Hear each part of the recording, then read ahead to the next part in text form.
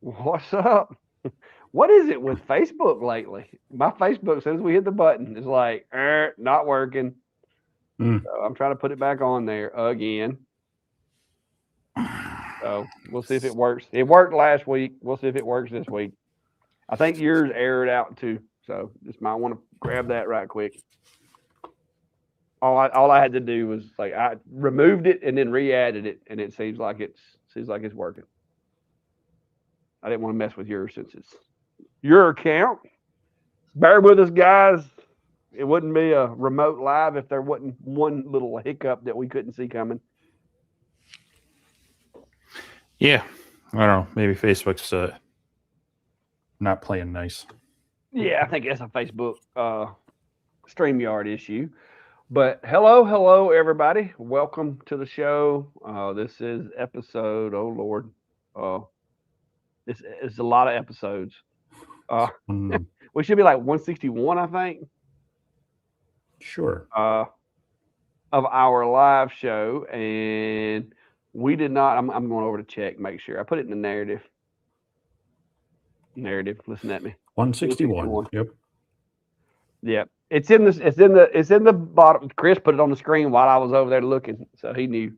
But we are at CES in Las Vegas, Nevada. This is the curtain that is on my window in the motel room. I had a pretty good looking view out there until the sun went down, and now it's just a glare. So I decided to close the curtain. But we are having a good time, getting to see some pretty cool stuff at CES. And I know Steve is biting at the bit to show you guys a clip of video that he collected today. But we're trying to come up with some good stuff for 2026, because a lot of the companies that are over here will be partnering with 2026 as we move forward. And so it's been pretty fun. My trip was very uneventful. My daughter is with me. She's my assistant / videographer, whatever I need, basically. She's been taking up the cards and handing out business cards and helping carry some of the equipment, taking notes, just trying to keep up with where we need to go and all that. So it's been helpful having an extra set of hands. We got in yesterday. I think we got in to Vegas. We left our house. We got up yesterday morning at like 2 and 3 o'clock in the morning, and we were here before check-in. We got checked into the motel, and we wound up going to sleep at like 8 last night. So Steve's had a long day. Yeah. Somebody said in the comments, Steve, you look tired. But Steve's had a long day, so I'll let him bring you guys up to speed on how his trip is going so far, because mine's going fine. Somebody's asking, what am I sipping on? And this is hydrogen dioxide. Some of you may know it as water. This motel, and I'm going to go ahead and share this real quick. This motel has a refrigerator. It's got water. It's got all kinds of things over here. But if you touch it, like there's alarms go off, and then they charge it to your bill. And so I learned last year that when you're traveling, especially in touristy places, this is and I might even do a video on it for you guys, but it just says it on it somewhere. This is a Brita bottle. And so this bottle, when you put the water in there, it just sits in this reservoir that's kind of almost like a tumbler or whatever. It's insulated, stainless steel. But then when you open it up right here, it's got a straw, and that straw is actually a Brita water filter. And so I could actually go in the bathroom and fill this thing up out of the sink, and then it filters it and gives me, non-chlorinated, nasty tasting water. So that's what this is. I'm just glad. So how was the trip, Steve? Fill it up out of the sink. Huh? I'm just glad you said you were going to fill it up out of the sink. Well, that other I mean, you can do the bathtub, I guess. I don't really prefer. I prefer the sink over the bathtub and the toilet. But I did actually. I think I Yeah. filled this up when we were over at CES out of one of those little water things last time it was filled up. So that water had already been filtered. So it's twice filtered water at this point. Yeah. I got to lose some Yeah. weight. I'm getting too big, guys. Like this region through here is awful. Like from here up and from like my belt down, I'm fine. It's that one section between my belt and my sternum right in there. I got to lose about 10 pounds. Steve, Steve, and other people have brought it to my attention today. I'm a little pudgy. Steve brought it to my attention by taking a video that you guys are going to get to see. So yeah, I left this morning, bright and early. Had to be up at the airport at 7 something, and it was a little bit busier than I expected. But of course, it is kind of a holiday travel home weekend, I guess.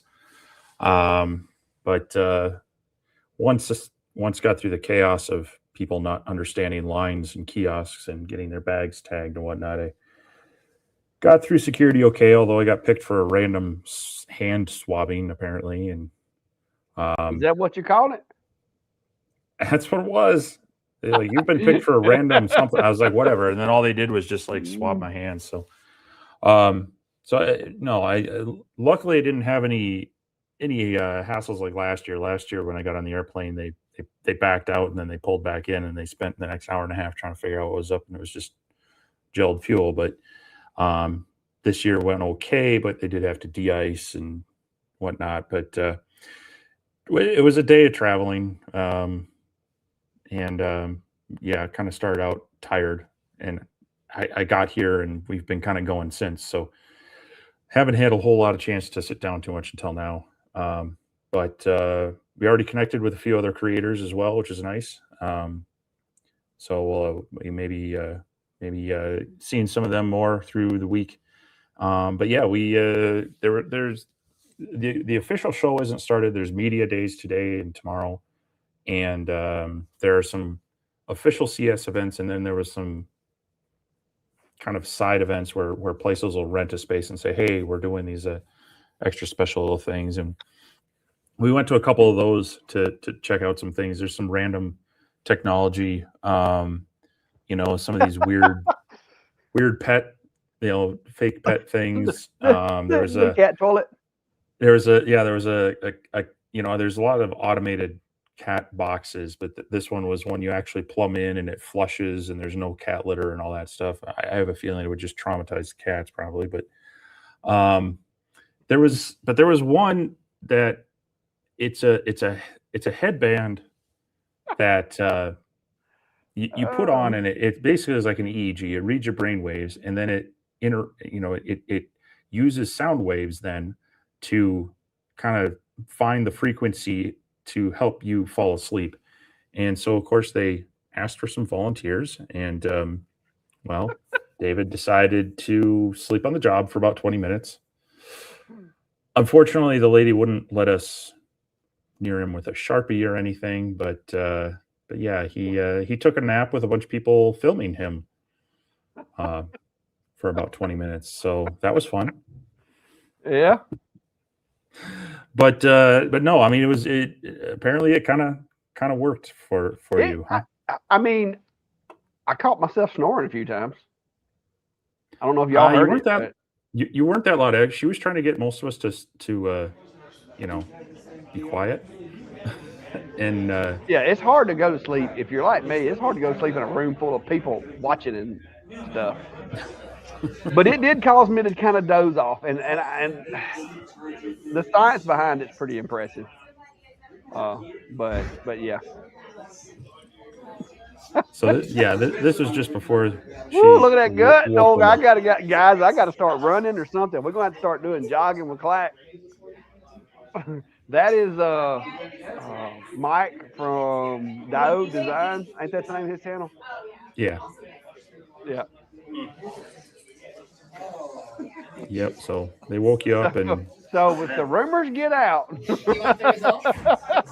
there it is. Unfortunately, the rest of us didn't have enough time to put on gorilla outfits because that would have been kind of funny. Yeah. Little Planet Now, of the see, Apes. and this is the reason, and I'm not gonna lie to you guys. The reason that I decided when she asked if I'd like to volunteer, one, I think it's cool that what they're doing because I think that product does have some potential. Like there was a time in my life to where it was a little tough for me to get to sleep. And so this might have been the non-medicinal push, you know what I mean, that you need to do it. So that was one of the things that I was looking at is like guys on the job, like when you work night shift patrol in law enforcement, you know, any kind of PTSD or anything aside, just the job causes you like you're at work adrenalized for 12 hours and then you come home and it takes a little while for that adrenaline to run, get off of you. So there's some applications I think for that. But it would be it would be really cool to play around with. But yeah, interesting thing. Now, what's his name? Mike said they said he hit REM sleep because they're monitoring your sleep patterns. Me, I was just like a light sleep.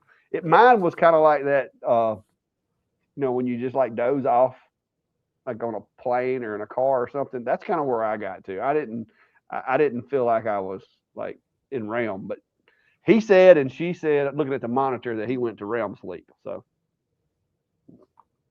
it's neat. Yep.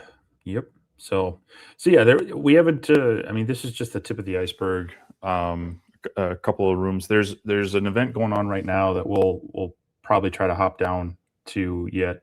That has more vendors kind of doing their pre-sales pitch. So it won't be till really Tuesday. I mean, there's more stuff tomorrow. That's kind of the initial media stuff.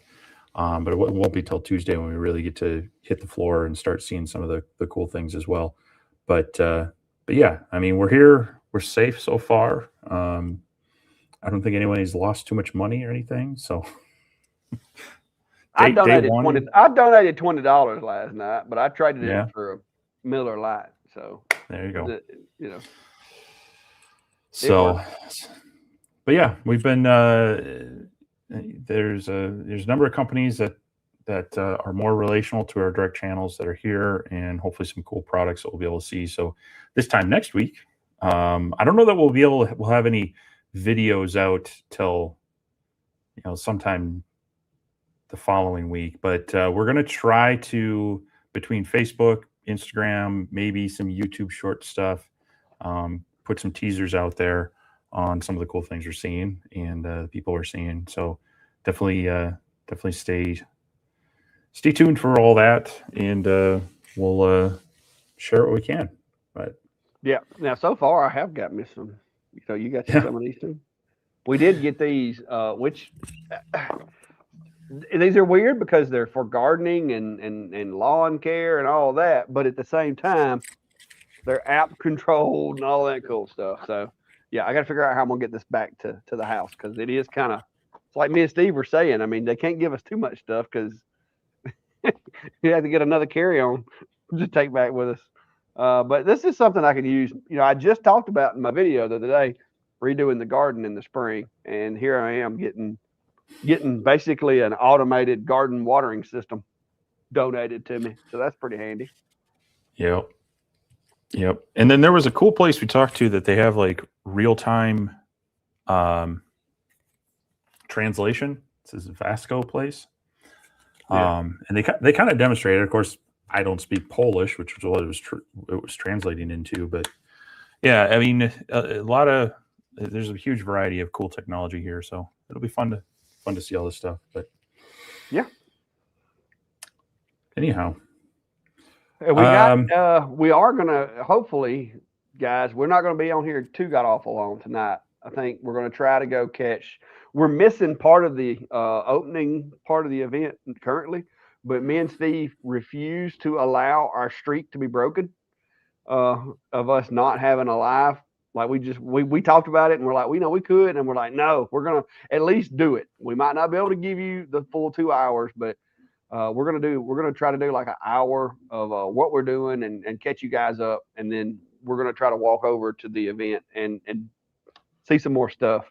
Some of the companies that you are familiar with in making things are going to be over there tonight at the event, and we want to go and try to make those contacts and see what they got, and see what kind of cool stuff's coming out. So far, I haven't really, other than a little bit of video that we did in that one thing where everybody's making fun of me for going to sleep.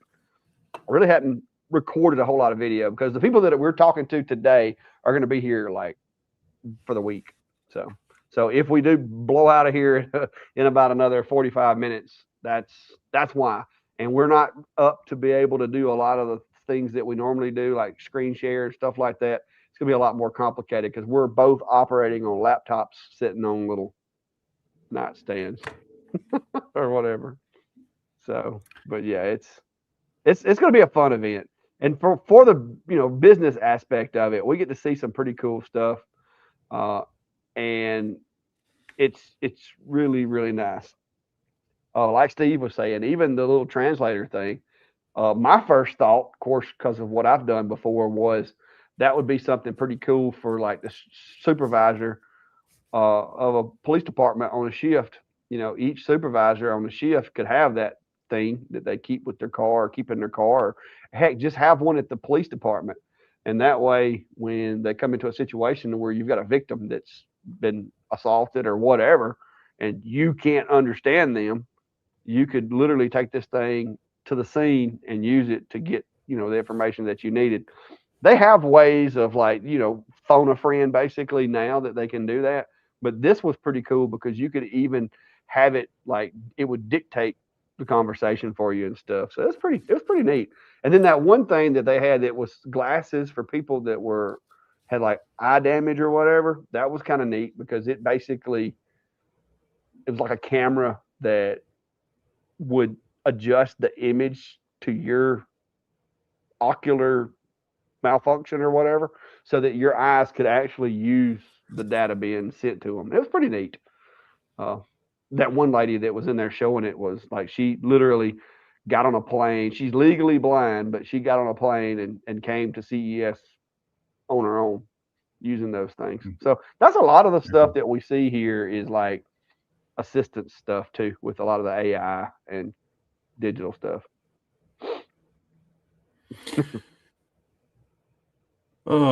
Yeah. So we'll see how that goes.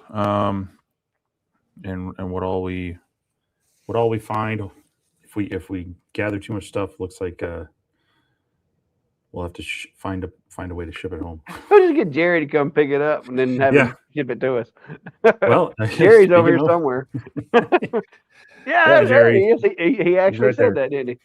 So, but yeah, and speaking of, it's fun. I know we've got Jerry's contact and a couple other people. So if you are in the area or you are at the show, reach out to us via email or Facebook pages and such. We're going to try to find a time or two this week when maybe we can meet up somewhere and hang out with some people. So yeah, that's the goal is, and we've got, I think, 3 people on the list so far that I know of.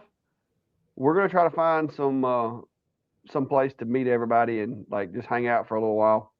But we're staying. I saw where Tony was asking where we're staying. We're staying at the Mandalay Bay, which is pretty nice. But we chose it because it's attached to the Media Days events and stuff. It's kind of like one of the main locations for the overall units. So it's pretty convenient. And the motel here, as much as you think Vegas is expensive, it was less than what I'm used to paying at Panama City, so that's not too bad. Because when we go to the beach, the prices are crazy down there. So yeah, it's not terrible. I mean, I know I was able to book mine through some of the CES links, which gave me a discount and such, but it's definitely more expensive than Vegas on a normal day. They do jack the rates for large events like this, but yeah, and we just so happen to be on top of a ball game too that we didn't know about. So yeah, well, that's done now. Yeah. But anyway, This will be kind of cool. Mark Patterson's saying the Snapmaker U1 is here. There'll be an unboxing soon. So that's that kind of multi-head 3D printing unit. And so it should make multicolor much faster and more efficient with the filament. So I'll be really curious to see how that pans out. They're not here. I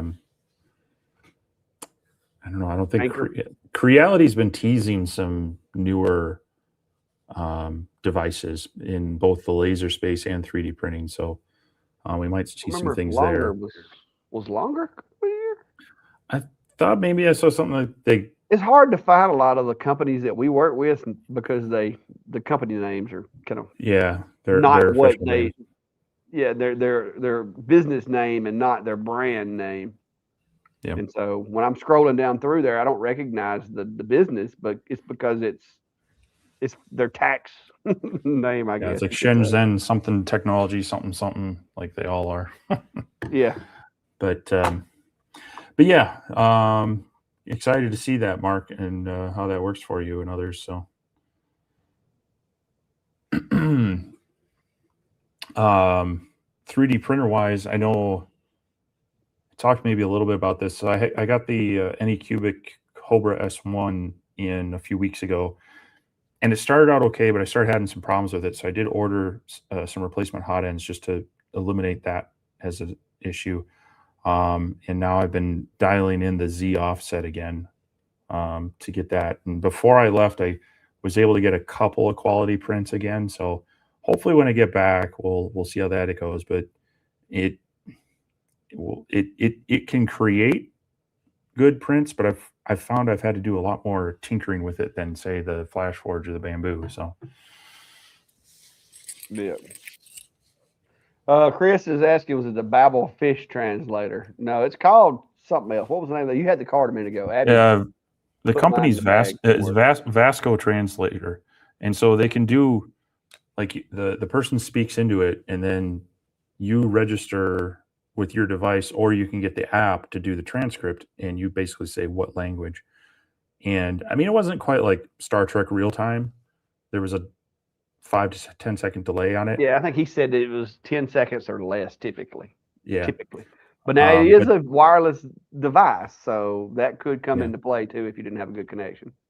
But it would also use, he said you would use AI to train its native tongue voice in his voice, so it sounded like him speaking that language, but in the tone of it. So it's kind of cool, pretty neat in the fact that, you know, it can go out to multiple people with multiple languages at the same time. So yeah, he was saying you could use it like in a meeting to where there's like 3 different people that speak 3 different languages. That would be kind of neat. Yep. Tony says when you get to the main hall, see the piping he ran there. Is that it? I mean, this event's at the Venetian. It's at the Las Vegas Convention Center. This stuff today's here at Mandalay Bay. And then there's actually a couple of other places that there's got listed. Well, there's other side events that are one of the companies that I've been working with is at a site that I didn't even know was part of this. So Scott saying he had too much bag. He has extra room in his check bag. Yeah, I think there's some, like I said, I know he's already sent me an email. So if you're gonna be here this week and you want to get up with us and hang out or something, be sure that you've sent me an email. I'm pretty sure Scott's the one that I've already got the email. Yeah, I think you shared that with me. So yeah, we've kind of started us a little list to make sure that we had everybody in case we do.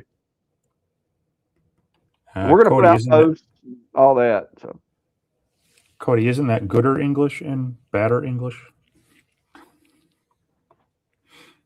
Haven't seen Cody yet. He's in there. And I just we haven't seen him. We haven't seen him. Oh, you haven't seen him here. Yeah. Now he said earlier he's got like a kitchen remodel going on. Yeah. Well, how did it go?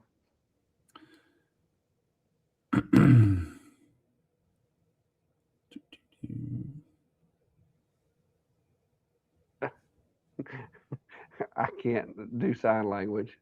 You got cash? Do I got cash? A little bit. Well, How much? I don't know. You need some? Michael Seelix is saying my son said I need a bigger 3D printer, so he bought me the Anycubic Cobra 3 Max with 8 colors. I think 20. Yeah, for me.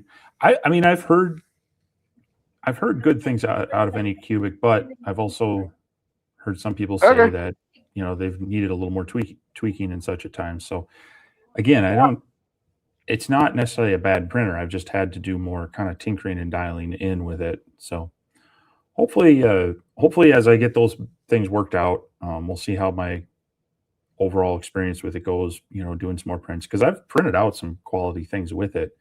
But when I was getting to some thinner layer items like trays and such that I was trying to make, I was starting to see where it was kind of pillowing or it was dragging. I was like, okay, is it extruding too much? Is it too close or too far from the bed? So those are the things I needed to dial in. It does have the auto bed leveling, but apparently it wasn't quite getting it as accurate as it should. So The calibration, man, needed some calibration. yeah. Yeah, now my daughter didn't want to use the ATM and needed some cash, so she says like $11 and something charge on the ATM downstairs. They don't want you to lose your money, huh? Yeah, she's like, I don't want to get any money out of that because I'm not needing that much money. And luckily I had $20 cash left in my pocket, but that's it. I only brought like $40 in actual tangible cash. So. Mark Baird, still have to inventory, but I think I got all my stuff from Eufymake except for the printer and ink. Yeah, I know they've been sending out accessories, but they've also been sending out printers, and they've been getting caught up on. They had to kind of pause the manufacture of the ink while they worked through the magenta issue. But they have been getting more printers out. I haven't heard where they're at with ink and such, but hopefully they get that rolling and people can start creating with those soon. I know here we might. I think Longer had posted on Facebook that they were going to be here with theirs. X Tools' worst kept secret is that they're launching their. They're not necessarily launching it. They're giving people sneak previews of it, and I think the embargo of information is this week, so they'll probably start finding out a little bit more, but I don't believe they have it like finalized. So so yeah, definitely more UV printing stuff coming out that we'll see some of it here. Brad's Custom Boards pulled the trigger and bought the Bamboo P2S combo. That's awesome. I mean, right now, if I needed an enclosed 3D printer, that's probably the one I would be looking at. I had some friends get some over Christmas, and they're enjoying them. I've just my P1S with the Sunlu heater and such it's too new. It needs more work on it before I replace it. Yeah, but it real nice printer. You'll have fun with that. And Brian says he needs some cash from you as well. Yeah, everybody was saying they needed some cash from me. So does Chris. Yeah, but yeah, it's the dad. It's been hard for me to not buy another. I want the P2S really bad, but I have nowhere to put my A1 right now. I don't have any room, and I don't want to get rid of the A1. And I can't really justify it. I thought I was going to be able to justify it because I got in a little bit of a, shipping out those Bigfoots already printed. And I was like, okay, if this keeps up, I can use this as justification. But it's kind of tapered off now to where I'm only getting a couple a week. And I'm like, you know what? I just can't make myself buy another printer right now. And I had this coming up and, don't want to spend all the money if I can help it. So I'm just kind of holding off right now. And if something comes up, maybe I'll get one. But like I said, right now, I just don't have anywhere to put it. Medic is asking, what do you guys think of the Snapmaker U1? Now that it's starting to get in the hands of other people, I mean, it's always tough when you're basing it just off of maybe a few people that got preview units. it's I mean the whole kind of interchangeable head, instead of like purging the filament, going through the same head and having to cycle through those colors, wasting filament, wasting time.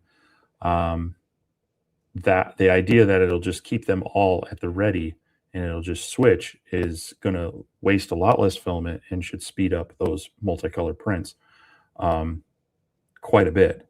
And so if you're into doing the, like the figurines and the things that need multicolor printing that change a lot of times, it's different if you're doing like a tag where you do a base layer and then you do some like raised lettering. That doesn't add a whole lot of time or a whole lot of waste. But when you have multiple layers that have multiple colors on them, it's cycling through those and purging, and it takes so much time each purge that it automatically makes that print take a lot longer. So that's where I feel you would get that benefit out of a printer like that. Snapmaker, back when they had like their kind of multifunction CNC router, 3D printer, whatnot, that kind of thing, I'm not a fan of the one and all device, because it seems like it doesn't do any. It does all the things okay. It doesn't do any one really well, or it does one really well and it can kind of do the others. So I try to stay away from multimedia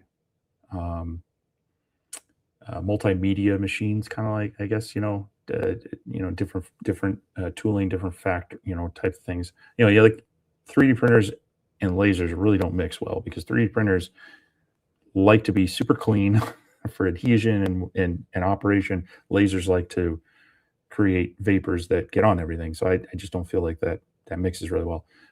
And so that was kind of my initial impression of Snapmaker, was like, well, they made these kind of like Swiss Army knife machines where how good is this going to be? But I'm starting to see more things come out of it. It may actually be a pretty good printer. Yeah. Somebody was asking why we were in motel rooms. We're at CES doing our thing this week. So we're going to, like I said, the live's probably going to be a little short too as well. Yorks is saying, can you make a video on how to organize your settings for your lasers? For example, do you have boxes full of material less, or do you do a more digitized setup? All right, that's a two-sided question, because how I do it and how you guys do it is going to be a lot different. For one, because I can't keep every speed and power test I run. I use the material library. I try to create me a material library in Lightburn using the Lightburn utility. And sometimes I'll keep them in a box just so I can reference them if it's engraves. Cuts, typically with a cut, it either cuts or it doesn't. I don't have any need to keep that around. So those get tossed. The only thing that I like to keep a lot of times is engraving. And the reason is because if you're doing like a multi-layered engrave and you want this color, like if you want this one to be really dark and then maybe a little bit lighter over here and then just really faint here, then you can kind of play around with that. But to be honest, I've started moving more towards just I'll run a test that day if that's what I'm trying to do, because I'll keep 5 or 6, my most common material tests around. But a lot of times I'll play with the LPI to get that shading instead of speed and power, because I've started playing around where the LPI, you can spread that LPI out and get a really cool effect, to where it's shaded, but it's not really trying to engrave it. Because some materials you just can't shade. Like you got one crayon, that's it. Other materials will be able to shade. So using LPI, that just lets you use kind of like, one line burned with space between it, and it makes it look half as dark if you set it up right. So, but yeah, I just keep them in boxes, like little cardboard boxes or my little wooden boxes that I make, if I keep them.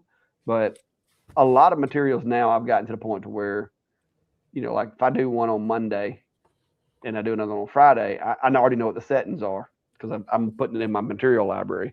But sometimes if it's been a long time since I used a material, I'll go ahead and rerun the test because my machine may not be running as efficiently. The material may be more moist. It may be drier. It may be that this piece of wood was cut from heartwood. This piece of wood was cut from sapwood. There are still variables. Just because it's cherry there's different hardnesses inside cherry. So a lot of times I'll just run another test if I need to. But most of the stuff I do, it's not that delicate. Ooh. Photos are really the only time that settings are really, really, really critical. Any other time you get it close, you get it in the ballpark, you're pretty good on vectors and stuff. What say you, Steve? You got big boxes over there, or you putting them in a binder like an old photo album, or what you got? No, it depends. I mean, if it's a laser that I'm going to probably have around for a while, I will go ahead and create that library.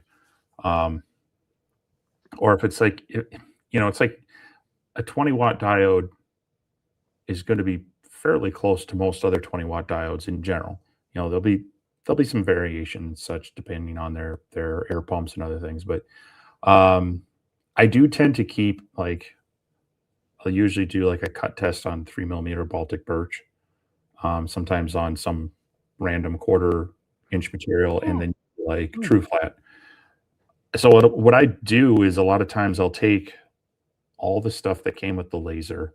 If there's like a manual, if there's a flash drive, miscellaneous parts, sometimes they come with a little kit of some extra parts and such. And then I use like a gallon Ziploc bag. I put everything in there, just so I don't lose any of the accessories for it. And sometimes then I'll throw in, that 3 millimeter Baltic birch cut test and such. Now, the smart thing to do is you utilize the material library tool within Lightburn. If you're using some of the others, they do have the ability generally to add to the material library. So that's a good thing to do, but you got to be consistent about it, and you got to make sure you create your libraries in a sense that they're actually branched out by device and laser and then like material and such. So it takes a little bit of pre-thought about how you want to organize that to do it. Otherwise, a lot of times I'll just go back and reference my videos. yeah, I have been known to do that on like baseballs and stuff. I'll be like, hey, what did I run that at? So, yeah. Paul Hunter is saying, oh, by the way, Pied, we appreciate the contributions. We don't ask for it, but as always, we're grateful that you guys find value and are willing to contribute. So appreciate you over there. Paul Hunter is saying, wanted to say thank you to the vendors, SaneSmart, for the holiday giveaways. Received mine yesterday. Thanks again. Yeah, and that's one thing that I don't know why y'all make me sleepy every time. Well, it's probably because I've been going for 2 days, but that's one thing I would say is so far all the vendors have responded and done what they're supposed to. I know some people were like, well, what happens if this? What?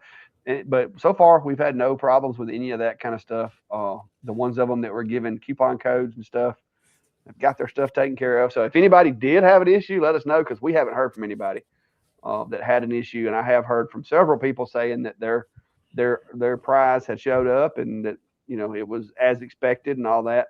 Some of the ship times were a little delayed, but I mean, we had Christmas and New Year's to work around. So, so that's going to probably delay everything a day or two. But yeah, we appreciate you guys coming, and like I said, we do really appreciate the sponsors that gave us those things to give to you guys, because that means a lot to us. And matter of fact, what's Sane? No, SaneSmart. I don't know if it's one of them. I think one of them, a couple of them that was on that list should be here this week.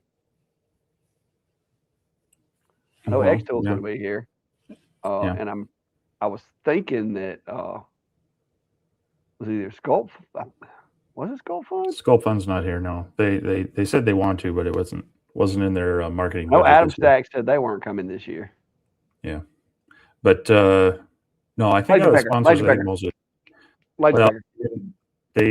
they were kind of late to responding, so we didn't have. Yeah, they offered, but it was like the day before the live. Yeah, we had some communication delays.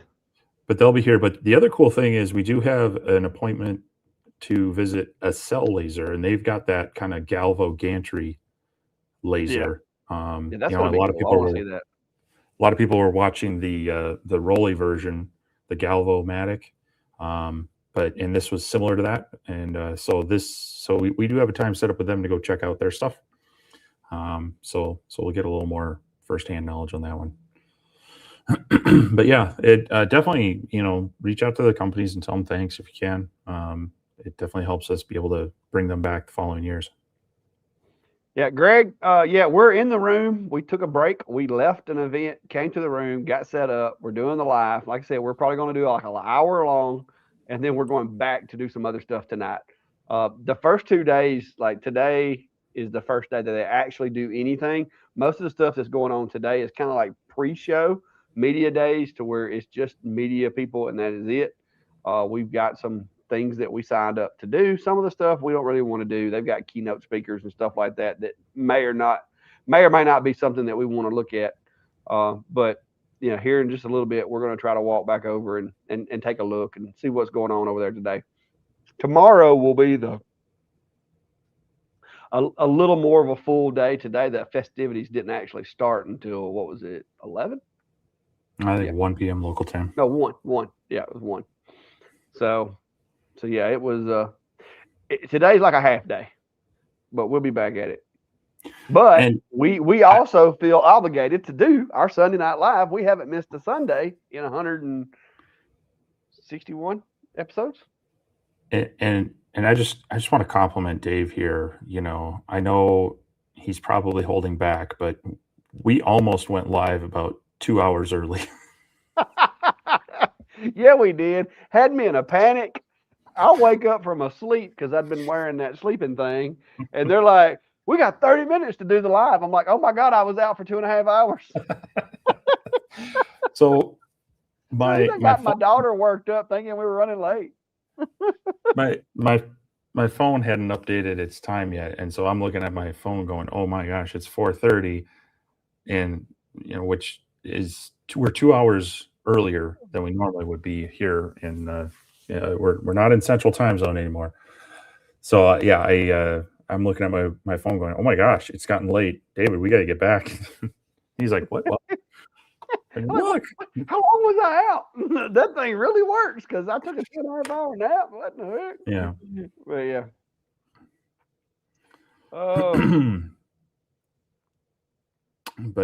But yeah, tomorrow's another media day, and then Tuesday the main stuff really kicks off. So you had a visitor nearby checking out your big Peach water tower.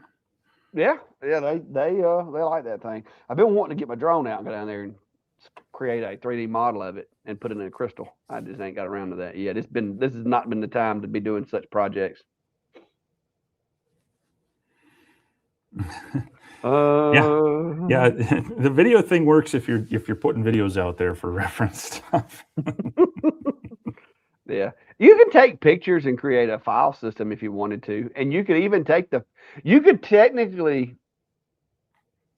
picture, and in the description on Lightburn's description tab on the material test, you could throw yourself basically like a URL, like a shortcut to where you save that, or the name of the reference, the file that needs to be referenced. You can put the name of the file there.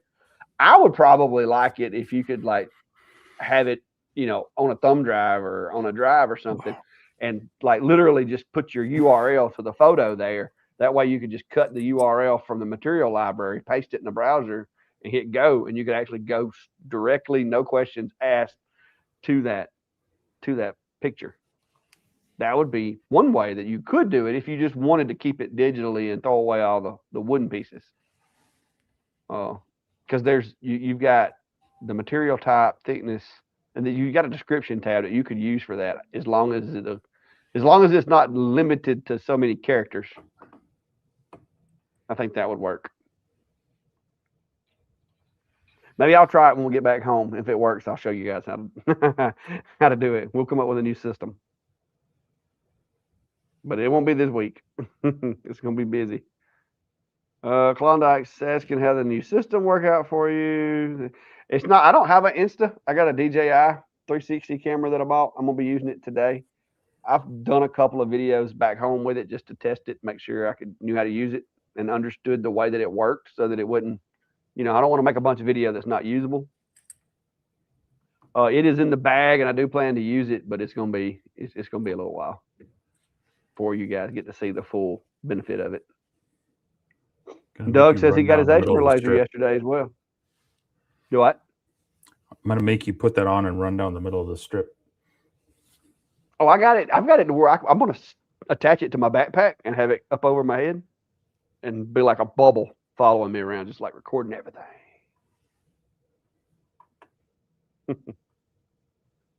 That way, if we miss something, we can go back and review it later, maybe.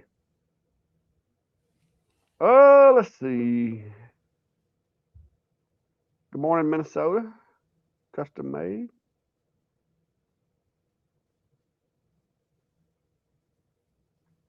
Medic 458 said I got my X-Tool UV and tried to do an internal graving. It came out really thin and light.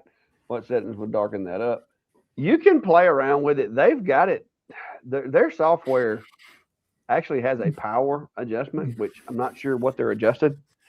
I don't know if their machine works different than a lot of the other ones or what, but you can adjust bump the power up just a little bit on that if you need to. But I will tell you, if you go too high, you're going to create a fracture inside the glass.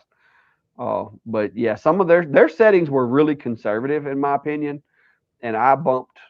I don't remember. You can go back and watch my F2 UV video and see. Pretty sure during the video I go over the settings that I'm using, but yeah, their settings were really, really conservative. I think they were trying to make sure nobody fractured their crystals or whatever. Jerry said I almost had a Galvomatic to review. Yeah, I was on the Leo had reached out to me and I was close, but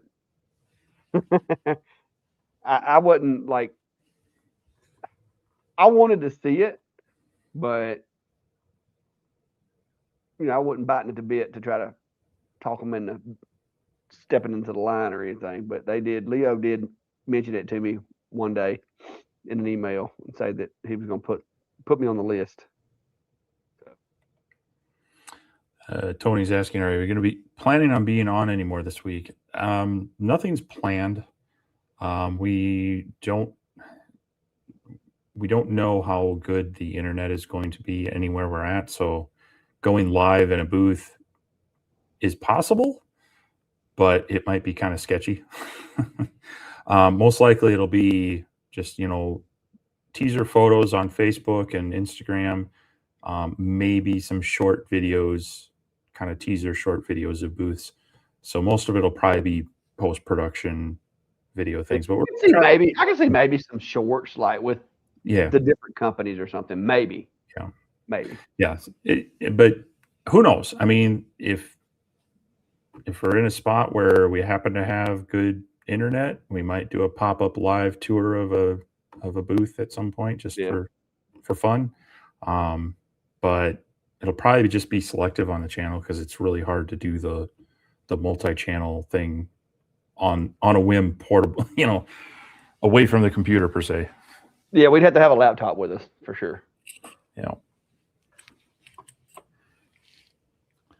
Tim, they want me to release the video on the 20th, but I will tell you that they do have a booth here at CES. I don't know if they're gonna. I mean, if they have the product with them at their booth, I don't know why they would want me to keep it quiet any longer, but I don't know that they are. So we'll find out because they've asked me to come by their booth this week and see them. So I'm gonna try to get by there, and if they're showing it there, I'm gonna talk to them and see if I can't go ahead and release the video because I mean I've had it for a while. They had told me that I could show the things that I was making with it and all that, but they just didn't want me to release the machine itself for whatever reason. And I respect, like I said, when I'm working with companies, I try to respect things as long as it's, not a dishonest thing that they're asking me to do. If it's something that they're asking me to do because of their business or because they don't want to, say, oh, we're making this product and then something happened, whatever the case may be, I can get that.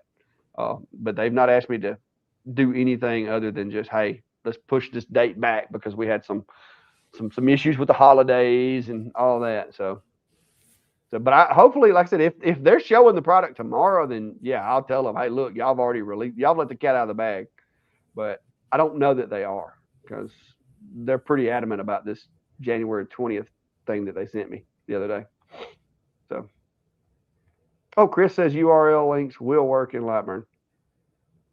So I haven't tested it, but Chris says it. He's probably checked it. Michael Pierce is asking, I've been debating on getting the one laser Hydra 7 or the Thunderbolt or X-Tool P3. What do you guys think about these lasers? Well, the one laser is using a lot of parts from Thunder. So, I guess depending on which specific Thunderbolt model you're looking at, I'm guessing if you're looking at the one laser Hydra and the Thunderbolt, you're looking at RF lasers. So that's kind of not necessarily an apples to apples comparison to the X-Tool P3.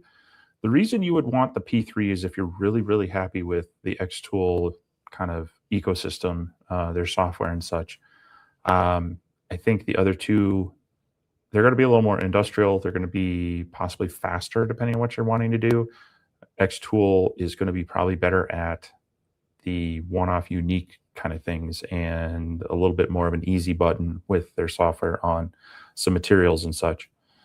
And cutting is going to be a lot better because it's I can tell you the Thunderbolt is not built for cutting as much as like even the Thunder lasers of equal output can cut better than the Thunderbolt.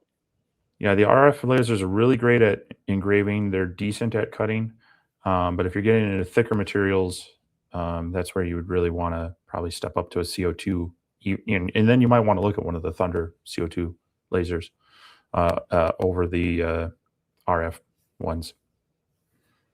Yeah. Because having with a CO2 too, one of the things that you want to kind of look at is having the ability to change that focal point out. It's going to be a big game changer as well. If you get one that you can change the focus. Like I've got several CO2s. I have no CO2 in my shop that I can actually change the lens out to adjust the focus length. I could order lenses for them, but as far as like ones that come with it, and I know a lot of the Thunder machines ship with like a short and a long or whatever lens. It's like I think the Reno, I think you can buy aftermarket lens for it to extend it, and you'd be able to do that with your I don't know that the OMTech would be any good to try to extend it because it's got the touch off probe, so I don't think you could extend it. And the X-Tool P2 that I've had, you couldn't. The Atom Stack, as far as I know, you can't. So if you're going to be doing like a lot of different things with the CO2, it's nice when you get into those. Like yours, you get the adjustable lenses for the P3, don't you? I don't have them, but they make them. Oh, okay. I thought you had two of them. I thought you were just missing one. Nope. But yeah. But yeah, I mean the different lenses, and I mean you can do that with the RF lasers as well. So they'll help. But yeah, I really depends on which direction you're going, what you're kind of wanting to do with it. The P3 being really if you're excited about the X-Tool ecosystem, because if you just want an 80-watt CO2 laser that works with Lightburn, there are others out there that are going to save you some money. Yeah, I think my buddy Tim wound up buying an extended focus lens for the Thunderbolt, but it still ain't like for cutting. I've used it to cut plywood and it'll do it, but it ain't. I don't think it cuts as good as my Reno does. Cutting plywood. I'm gonna be honest with you, not the Thunderbolt. That Reno cuts pretty good now that I've changed that air assist out. But now engraving, that thing cruises. Like I can't video the thing engraving because it's like trying to video the rotor on a helicopter. Like it moves so fast that it looks like it's sitting still half the time. If you adjust the frame rate just right, it looks like it's sitting still.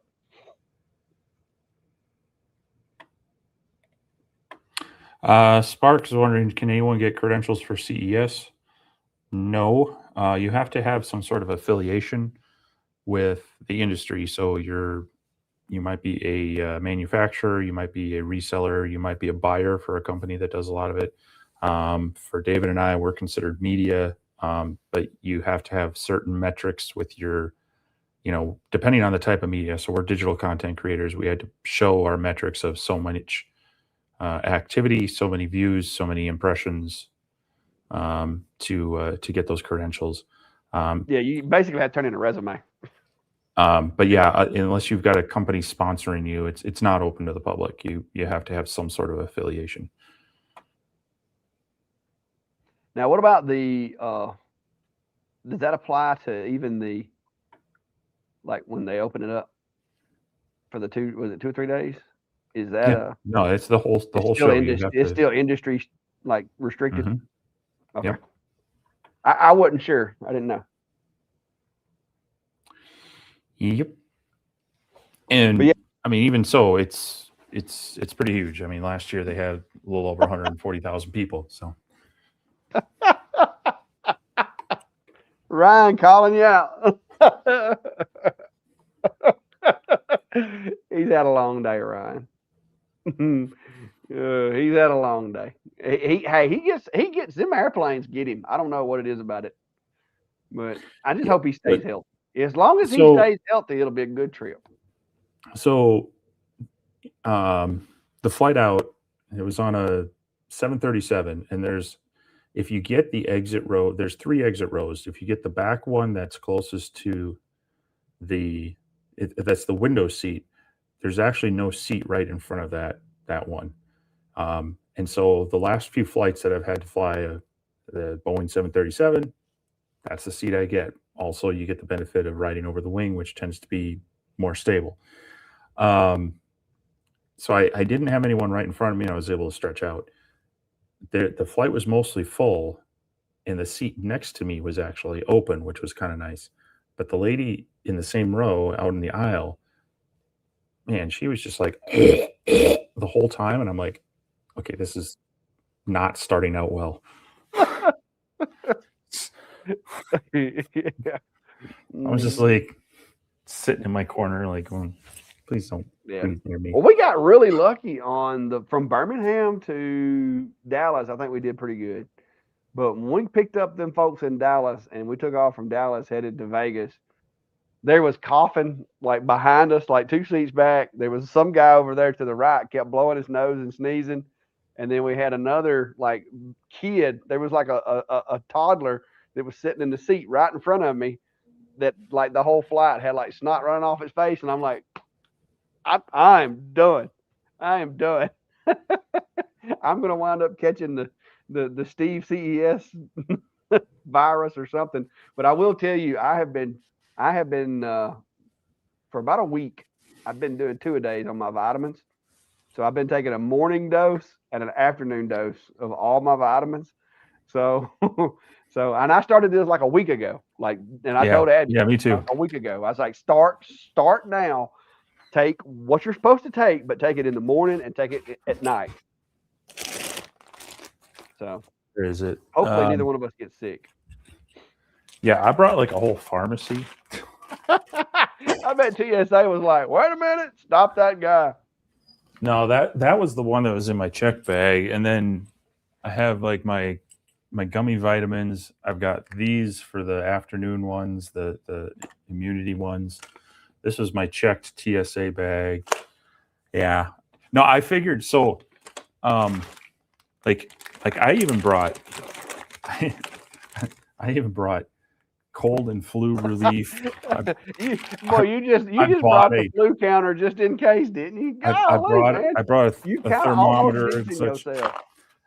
Hey, I figure if I have everything I need to deal with getting sick, I won't need it.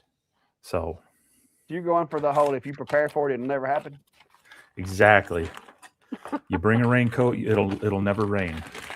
Yeah. So, but yeah, guys, it's been an adventure so far. Like I said, it's just getting started good. Me and Abby got here yesterday, but we got here a little early so we could do a little tourist type stuff.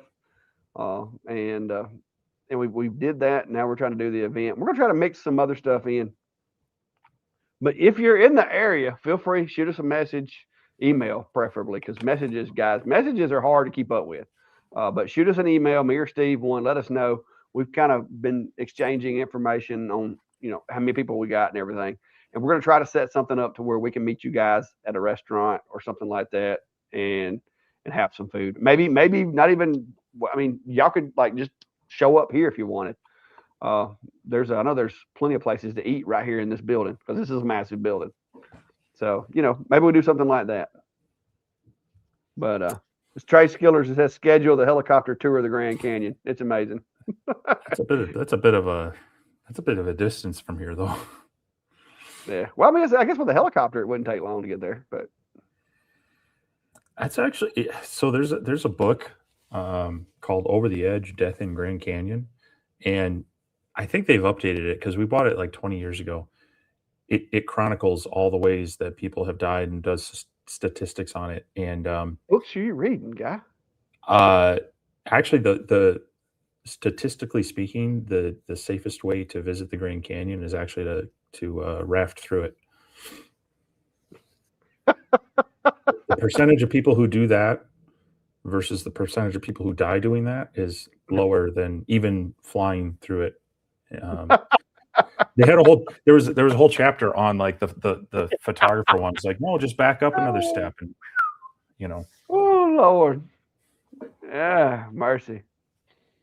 All right, well, I mean, I know we've talked about cutting it short so we could try to catch the tail end of the reveal tonight. So you want to stick with the plan? You good with the plan? Yeah, that, and it's getting past dinner time even here. So yeah. But guys, like I said, we appreciate you stopping by. We didn't want to cancel the show altogether because we do kind of take some pride in saying that we have not missed a Sunday since we started this thing a few years ago. So that way we still got our streak. Even though we cut you a little short, we gave y'all extra for the Christmas. So it's a wash, right? Well, and like I said, we'll try to put some things out this week, and then sure we'll have plenty to talk about, next Sunday when we're in. Have had a chance to go through all the photos a little bit, and because there's gonna be a whole lot of just capture, store, and then when we get home we can mill through it because we don't want to spend hours sitting in here editing video when we could be out doing other stuff. So but you guys, appreciate you for stopping by, and make sure to hit those buttons, and we'll catch up with you as soon as we get back from here. Maybe when we get back home and get our feet under us, we can have a lots of stuff to share. Definitely. So later. If we don't see you here, we'll see you back. If we don't see you here at CES, we'll see you back here next week. Yes, that's right. Which is our normal time now, but it'll feel normal to us. We'll get Steve back on Central Time, so he'll quit telling me I'm late. Y'all be good, guys. Stay safe. Let's see everyone.